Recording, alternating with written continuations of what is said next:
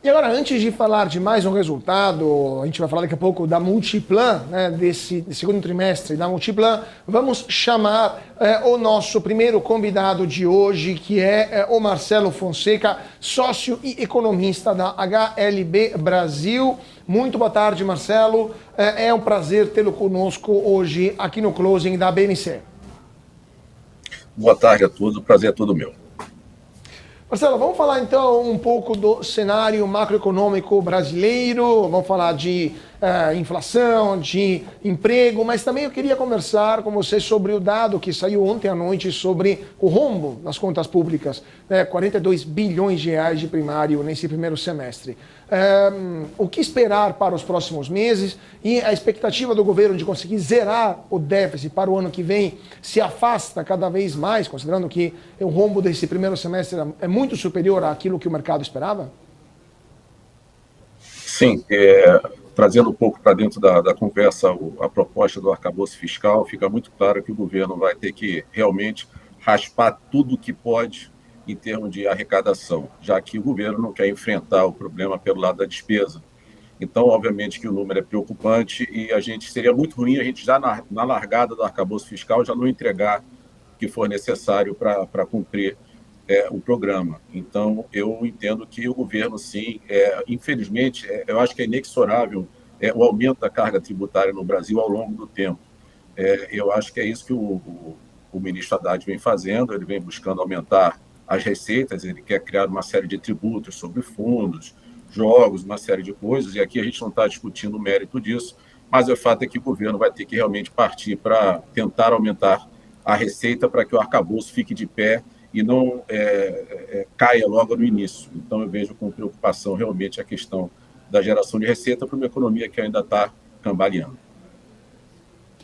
A gente teve dados importantes hoje saindo, né? IGPM, temos também a questão do emprego, né? Taxa de desemprego, desocupação antes de 8% no trimestre, encerrado em junho, segundo o IBGE. Como é que você enxerga este resultado na nossa economia? É sempre uma boa notícia a queda no desemprego.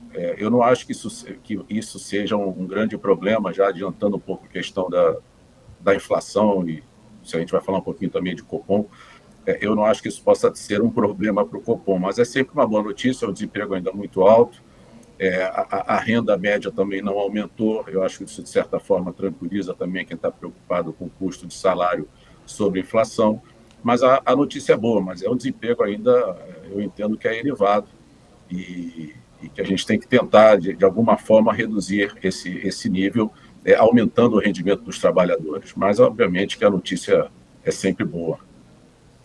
E falando um pouco de inflação, o IGPM caiu 0,72% em julho, após uma outra retração, 1,93% no mês anterior, né? Então, o que isso pode significar, né, para a próxima reunião do Copom, já entrando na parte da Selic?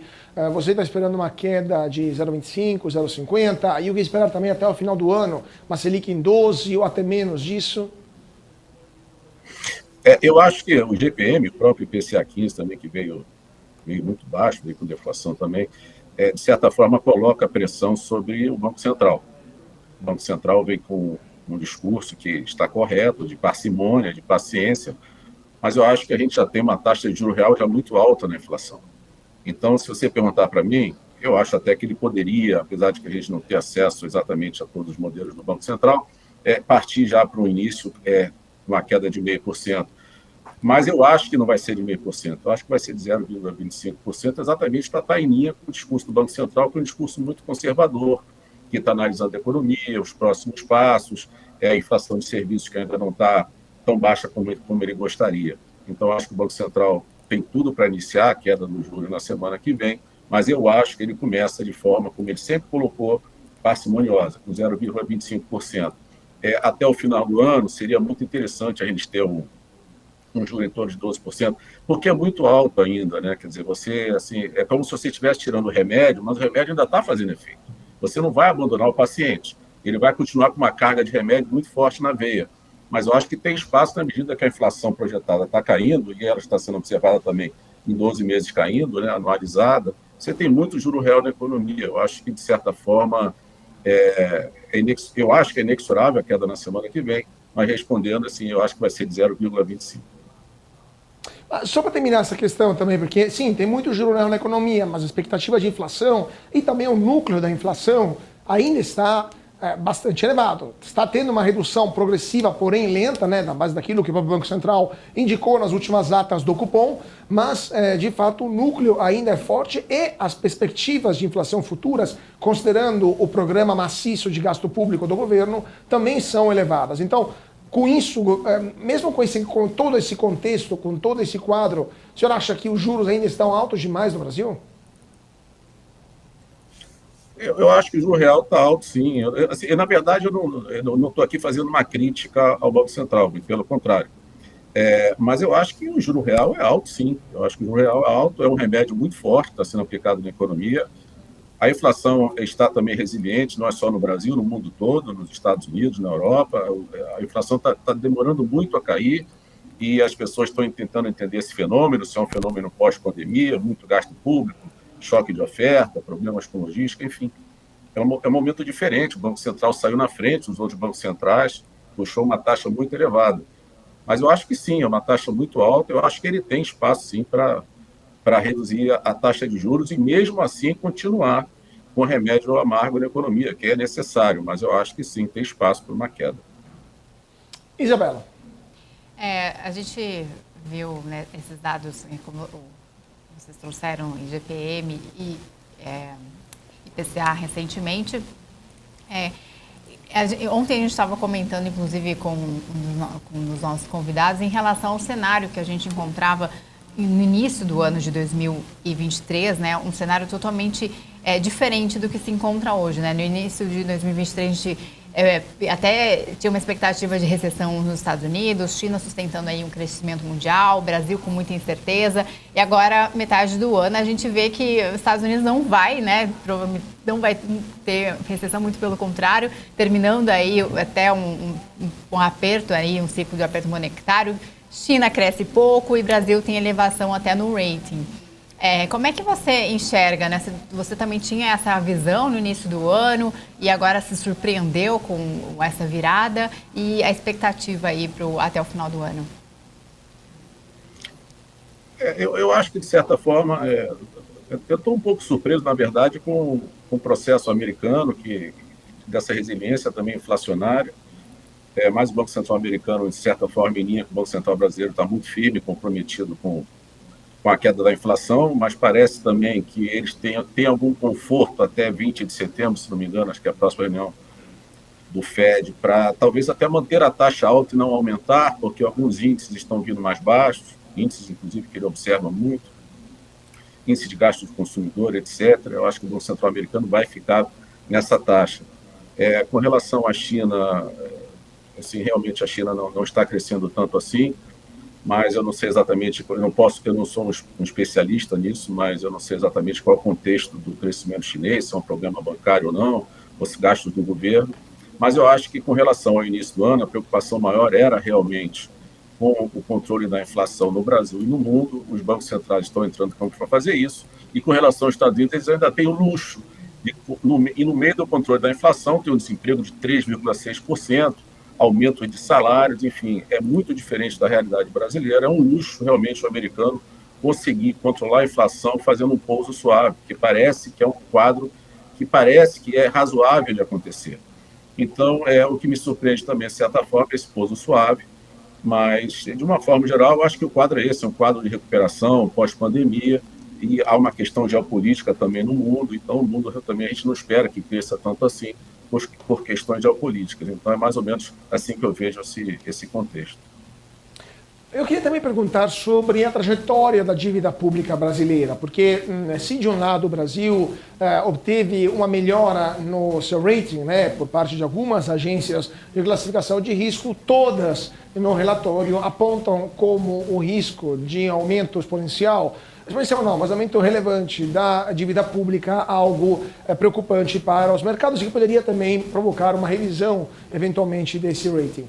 O que o senhor acha? A dívida brasileira está sob controle? Está em tendência explosiva? temos um problema pela frente de dívida que já é superior à média dos outros países emergentes e que poderia chegar a patamares insustentáveis? Eu acho que, primeiro, com relação à elevação do rating, me parece que é mais em torno de uma expectativa do que ainda de resultado. A gente não tem resultados ainda de redução da dívida de forma monotônica em função, por exemplo, de um arcabouço fiscal que tem sido bem sucedido.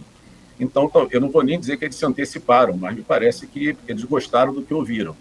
Mas a gente ainda não sabe. O patamar é elevado, sobretudo depois da pandemia, se elevou muito. Trajetória explosiva eu não vejo ainda. Mas, por outro lado, se o arcabouço não der certo e o governo seguir numa linha de muito gasto, que isso possa impactar a inflação, uma série de coisas, a trajetória pode ficar preocupante, sim, não resta dúvida nenhuma. Então, a gente está nesse momento em compasso de espera para entender o que vai acontecer com o arcabouço. Alguns exercícios com relação ao arcabouço mostram que a dívida vai crescer um pouco, sim, começa a cair lá na frente ou se estabiliza no nível um pouco elevado, mas eu não vejo a dívida explosiva. Eu acho que a gente vai ter que esperar o arcabouço fiscal, o que vai acontecer na economia, e aí sim a gente pode entender. Mas, de certa forma, eu acho que ainda não temos ainda uma vitória garantida, né? Não está nem votado ainda definitivo o arcabouço fiscal. Então, assim, o que eu acho é que a gente vai ter que aguardar um pouco. A gente tinha uma perspectiva pós-Covid de uma dívida se aproximando de 100% do PIB, ela, na verdade, vem um pouco menor, por outros motivos, talvez até em função de inflação, uma série de coisas. Mas eu acho que a gente tem que aguardar. Mas confortável a situação não está. Isso não resta dúvida. Em relação à reforma tributária, né? Como é que você está enxergando aí os textos, toda essa tramitação aí? Como que deve afetar a nossa economia? Eu espero que a reforma seja neutra, quer dizer, que a gente não tenha um aumento da carga tributária. Mas eu confesso a você que eu não estou tão convicto com relação a isso, né? Eu estou um pouco preocupado com relação à carga tributária, alguns setores que podem aumentar preço, e se essa reforma pode impactar ou não, eventualmente, até a inflação. Eu espero que dê tudo certo, eu entendo que é o sistema mais moderno, tal como está o sistema é caótico, não dá, realmente as empresas gastam muitas horas com apuração de impostos, entrega de obrigações acessórias, acho que isso tudo tem que ser simplificado. Como é um texto que não começou a ser discutido agora, o texto já vem de há muito tempo já sendo discutido, já vem sendo defendido há muito tempo pelo Bernard Arnault, já tem muitos anos, eu entendo que eles estudaram e se debruçaram sobre essa solução. Eu espero que dê tudo certo, mas, no fundo, meu medo é que somente a carga tributária, que isso possa desorganizar alguns setores da economia com aumento de preço. Eu espero que nada disso aconteça, mas a simplificação é muito bem-vinda para as empresas. Última pergunta, doutor Marcelo. Ontem a gente teve a confirmação do governo da nomeação do novo presidente do IBGE, Márcio Postman. Há temores no mercado de que o IBGE, que é um órgão importantíssimo para a estatística brasileira, para os dados da economia, da sociedade, né, até do meio ambiente brasileiro, possam ser modificados, considerando o histórico do Postman e também aquilo que vimos acontecer em países vizinhos, como na Argentina, onde o IBGE deles, né, o INDEC, foi aparelhado e começou a divulgar dados falsos para ajudar o governo, especialmente dados falsos sobre a inflação. O senhor acha que isso é um risco real? Há essa possibilidade? E o que isso poderia acarretar para a economia brasileira como um todo? Assim, é difícil de antemão fazer um julgamento de valor se uma determinada pessoa vai chegar no IBGE e vai fazer uma coisa desse tipo, né? É um assunto muito sério. Parece que a passagem dele pelo IPEA não foi muito boa. O que a gente lê é que os colaboradores do IPEA realmente não gostaram da passagem dele por lá, mas ele foi um pedido do presidente Lula. Eu acho que a ministra Tebet, ok, vamos lá, vamos ver, deixa ele chegar lá e vamos ver o que vai acontecer. O que eu acho é que está gerando tanto ruído que ele vai ser muito, entre aspas, obviamente, o termo vigiado, né? Eu acho que o próprio corpo técnico do IBGE vai estar muito atento a qualquer tipo de influência que possa vir a ter, sobretudo sobre índice de preços, que são coisas muito importantes para as decisões que são tomadas no Brasil, sobretudo pelo Ministério da Fazenda e o Banco Central. Então, eu acho que a impressão que eu tenho é que esse ruído todo vai fazer com que ele fique realmente mais ligado a uma parte institucional, mas que não vai ter uma grande interferência na parte técnica. Respondendo a você, num cenário que isso possa vir a acontecer, seria horrível, né? É uma instituição tão antiga, com tanta... É uma instituição que todos nós confiamos tanto, esse tipo de situação. Eu realmente, eu confesso que acho que isso não vai acontecer. É uma escolha do presidente Lula. Ele vai cuidar da parte institucional, mas eu acho que ele não vai ter nenhum tipo de interferência na parte técnica. Essa é uma visão que eu tenho desse episódio. Perfeito. Então vamos ver o que vai acontecer também nesse caso. Queria agradecer muitíssimo o Marcelo Fonseca, sócio e economista da HLB Brasil. Muito obrigado, doutor Marcelo. Foi um prazer tê-lo conosco aqui no Closing da BMC. Eu que agradeço. Estou à disposição de vocês. Até a próxima. Até a próxima. Vamos para um rápido intervalo, gente. 4 horas e 31 minutos. Ainda temos menos de meia hora de negociação. Pregão que volta ao território positivo e supera novamente 120 mil pontos. Ibovespa nas montanhas russas hoje. Daqui a pouquinho tem mais, então 2 minutinhos. Voltamos já já. Não sai daí.